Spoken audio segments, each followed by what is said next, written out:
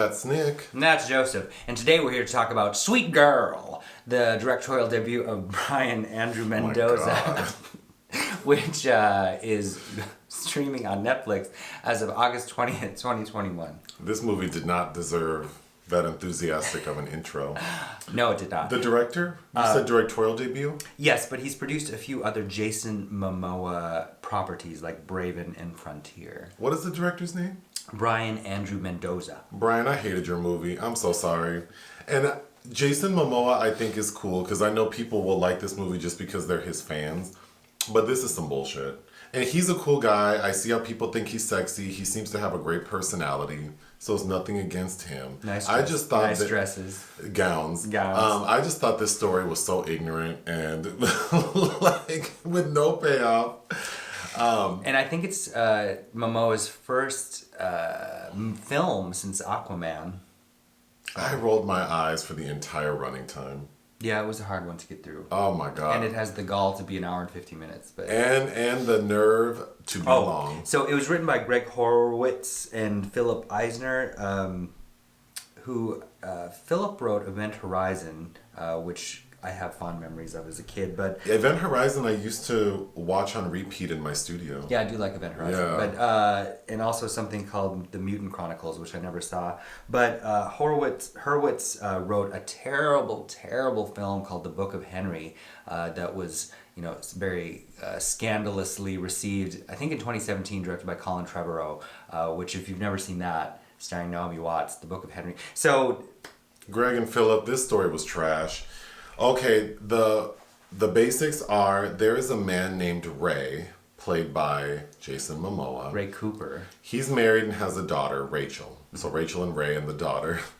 The wife, is sick with cancer, and we see that she is about to start some treatment that should help extend her life some. When right about the time when she's supposed to start treatment, Ray finds out that the drug that was going to be used is no longer on the market because some pharmaceutical company called Bioprime. No, she was using the Impermim, which is very expensive. They mortgage their house and etc. They've gone into significant debt because of the cost of the medication. And the generic drug has been purchased by Bioprime. Right. And so now they don't have an alternative to treat the wife. An affordable alternative. So here we are. When on CNN News, so we see CNN News Live, the CEO of Bioprime, Mr. Keeley. Played by Justin Bartha of Hangover. Geely in The Hangover, yeah. He's the CEO, and then we have some congresswoman. They're having a debate about pharmaceutical companies and how they're not really trying to help people. They're just trying to make money. When Ray, Jason Momoa's character, calls in live, gets in right through, and tells this man, if my wife dies, I'm going to hunt you down and kill you. Well, guess who dies? So, 6 months later, we are at home with Rachel and Ray when Ray gets a phone call from a journalist saying that he's doing an expose on Bioprime and bribes and all that stuff, and it goes way deeper than he thinks. I need you to meet me and we can talk about it. So Ray goes to meet this journalist, and the journalist is afraid that he's being followed, so they have this elaborate way they meet. Rachel also, unbeknownst to Ray, is following him. Yeah, so it wasn't that elaborate where a teenager couldn't follow. When the journalist was correct, there is a hitman after him, and the hitman kills the journalist and injures Rachel and Ray. We fast forward 2 years, and Ray has made his way to a gala where the CEO, Mr. Keeley, is going to give a talk. He enters the gala, he assaults Mr. Keeley, the CEO, and kills him.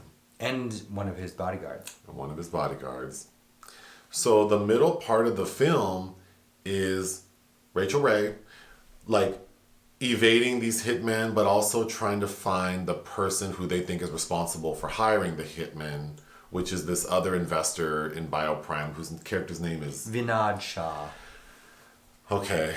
The gag is 2 years earlier when On that metro? on that metro where Ray went to go meet that journalist, the hitmen killed the journalist and Ray. And Ray walked gently into that good night.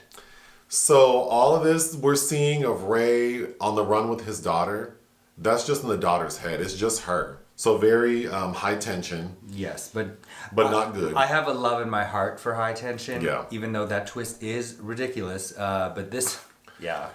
So then And the reveal. So the final act of the film is now that the audience knows that the daughter is the person out here acting out these, like this vengeance. But she has like a split personality because as herself, she like cuddles this bunny that her mother gave her. And she thinks she's her dad. Yeah. And then she's also throughout the film calling an FBI agent, giving her updates, which is, we can get into because that was ridiculous. Mm-hmm. But the final act of the film is Rachel realizes that the congresswoman in the beginning who did the debate with CNN, Played by Amy Brenneman. she is the one responsible for like taking bribes and hiring the hitman. So she goes and threatens this congress lady and records her admitting, which we can get into because people in this film like to openly admit to everything. Oldest trick in the book, don't say it out loud. Yeah, but the congresswoman admits to everything. So Rachel sends the audio file to the FBI agent, and then we see hear on the news that the congressperson has been arrested for these crimes. And Rachel has gotten on a plane and is off to Never Never Land, I guess. The end. This was very hard to watch. Yeah.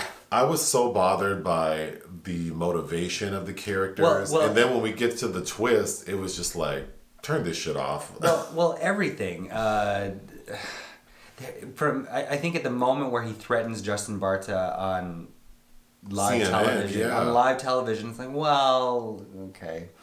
Okay, the film opens with Ray jumping into the bay. Mm-hmm. And it's at that, when films open with the ending, that always kind of bothers me a little bit. But then because of the twist, we're seeing Ray, but really it's Rachel who's jumping off of it's set in Pittsburgh, and I don't know is it Pittsburgh Steelers? He runs Who plays baseball in Pittsburgh? I don't know. It looks like a baseball or a football stadium. Yes. And she's standing on top, and then she jumps into the bay. Yes. And that's the point where we learn that it's her, the daughter. Yes, with the FBI agent coaxing her to say her name. Also, in the beginning and the end, we get narration from Jason Momoa, which I thought was so crunchy. It's not good. Yeah. It was hokey. It's not good. The camera work is interesting. Okay, so this was shot by Barry Ackroyd, who is an Oscar-nominated cinematographer for The Hurt Locker. He also lensed Captain Phillips. So I was kind of surprised at the look of the film as well. Yeah, I'd be interested to know what people think. Especially in the beginning, there's some interesting zooms and... But he also lensed The Old Guard, which I think I was not a fan of. I know a lot of people were, but I didn't like the look of that film either. The daughter, Rachel, so she's Isabela Merced. She's 18 at the end, so then when we see her with her dying mom, she's 15, 16. I did not care for this lady's acting. She's a legit working actor. She's in one of the Transformers films. To be fair, the writing is so egregiously terrible that I don't know what child could have transformed in her, that. Yeah, and to give her the benefit of the doubt, the story's ridiculous, and I think maybe she was trying to play it like she had a dissociative disorder, and maybe that's why it seems so weird. Sometimes she's childlike, and because clearly if she's able to have this disconnect at a point, then when we see her before her mom dies, sort of the way she's acting might lend itself to... Because I thought she was acting like a baby. Yeah, well... But she's 15, 16. But we also, much before the reveal, she's training at the gym with her dad. And yeah, a boxing, MMA type. Yeah, and it's kind of hyper aggressive and violent. So when, she's in the phone booth calling the FBI agent and she got her bunny with her, it's this doesn't add up. Of course, it's explained why, but still doesn't add up. And then when we get the flashbacks to the scene where she kills Justin Bartha at that gala. There was a man that survived that she hits with the fire extinguisher, and he's talking to the FBI agents, Right. and says like, "Oh, they were talking about a woman. That's all I remember." But he would have likely. Okay, you remember the details of the conversation, but you don't recall hearing a woman talking? I feel like that would have been the most glaring thing in my mind, is that like a woman was part of this like murder. A young woman, and also all of the dalliances with the hitman from the Metro that is still pursuing. Because he knows he killed Ray. Right. So he has a line, because they're in like a cafe or something, and he's talking to Jason Momoa, the actor, but it's technically Rachel. But he's like, "You're a dilettante in my world." The hitman. Okay, I think the worst scene of the film is when Ray finds out his wife is dead and he's in the hospital and he starts stomping around. And I know he was trying to invoke emotion and, You mean act. Act, yeah. He was really trying to act. But him crying, it's so cringy. And I think it's a shame that this actor really, tried to, give it his all for this stupid-ass movie. Because now it will always be, this ridiculous scene in this garbage-ass movie. But it's worth watching. If you have Netflix, put this shit on and fast forward to, I don't know, the 12, 15-minute mark, wherever the lady dies, and watch him crying. I mean, his effort is wasted. It's something. It's Okay, so the two main characters who are part of this corruption, the CEO of the pharmaceutical company and the congressperson, they both readily admit to their wrongdoing. Because in the beginning... She's like, "Yeah, I hired a hitman." Yeah. And then Justin Bartha's character, he's like, "Yeah, I mean, I authorize bribes and shit, but I don't really know exactly what I'm doing." And he just says it. Wow. Yeah, he's like, "That would have been me that hired the hit. That's Vinod Shah." Like, okay. Then when the FBI agents are at the scene of the crime where the CEO dies, one of the agents is like, "Let's do a check on all the death threats Mr. Keeley received." Okay. So this is clearly, little research was done into how FBI agents, I think, maybe correspond with one another, because the detective that Rachel keeps calling, she has they kind of have a connection, and she's acting more like a social worker than an FBI agent. But in one scene she looks over to partner and says, "I feel like I need to protect her," and his response to her is like, "Well, you just need to do the work." Yeah. Oh my god. Isn't that part of the job? And the phone calls with Rachel to the FBI agent are just so ridiculous. She's like, "You can call my personal phone. It's not recorded. It's safe." Boy, why would I believe that? But, or the very first call, Rachel's talking to the FBI agent and she's like, "Tell me about your mom." And again, Rachel just spills all the beans. "Yeah, my mom is this, she studied dance, her back hurt, her feet hurt, and then my dad's blah, blah, blah." And then the FBI agent, after Rachel has already told all her parents' business, then the FBI agent sort of says, "But I know that you're not this person." And Rachel goes, "How do you know?" She just switches, which I think... Again, is probably a choice because she's supposed to play a character with a split personality. Because even in that, because the FBI agent knows that Jason Momoa is dead. And she calls and says, "It was self-defense. My dad was acting in self-defense." And it's like, Okay. Towards the end, the hitman does get a hold of Rachel and he has her in a fountain underwater and he's strangling her, and it appears that she's lost consciousness when all of a sudden we hear Ray's voice in her head saying "Come on, get up." And then she just gets up like an X-Men. Won't he do it? Won't he will. That was so ridiculous. Also, at the end, when now we know that it's Rachel acting as her dad, she looks crazy. She's walking around with her hair all frazzled and blood on her, and that poor lady, that poor actor. Lastly, my last note is Rachel, we see her after when she finally gets cleaned up, after she's attacked the congressperson and got her to confess. Rachel has a bag that's filled with clean clothes, makeup, and a passport. And I just thought, how did she... You don't come from smart people, because your dad really thought it was a good idea to threaten someone on live TV, and he really. The other thing, okay, the thing I hate the most. So that's the end. But the thing that I hate the most is the character that Jason Momoa plays seems so damn ignorant.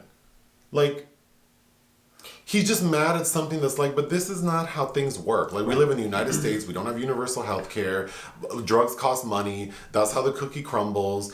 The drug is not promised to cure your wife of cancer. It's just going to extend her life. You want to kill the person responsible for her death. I don't know, girl, kill cancer. Or better yet, kill the doctor who told you they were going to start treatment and then stopped. Or it just doesn't make sense. Well, that wouldn't be right. No, I know it's not right, but I'm saying like his thought to like attack the CEO of a pharmaceutical company is insane. Well, it's ridiculous because there's a way that you could highlight these issues about big pharma and big business and all that travesty and have a pretty decent social issue. Yes, because I was left feeling nothing. Like, the actions of these people were ridiculous. Instead, maybe create like a thriller drama about this dad trying to fight big pharma, like politically and lobbying people and maybe the corruption and all that. But trying to make an action movie where the villain is like pharma, and then you just pick a CEO and then now you throw in this congressperson. I feel like there's a way to, I kept thinking of Michael Mann's The Insider back from 1999 about the cigarette industry and how elegant and kind of a drama thriller that was. But also, it made you miss Liam Neeson a little bit. Yeah, to compare, it's like Liam Neeson already has the lock on these type of films because the IMDb synopsis makes it seem like the dad is trying to protect his daughter from the people who are responsible for the death of his wife. So I was thinking, oh, this is like a Liam Neeson vehicle. But the people responsible for his wife's death are cancer. So it just seems very misplaced, his anger, and then his efforts seem like it's not going to amount to anything. And then you have this daughter now acting crazy. Mm-hmm.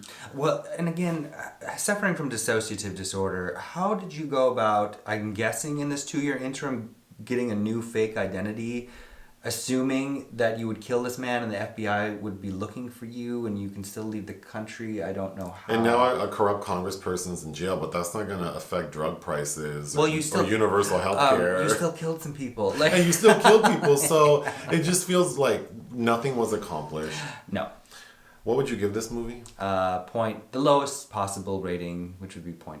I would also give it 0.5. Sorry. Bye. Bye.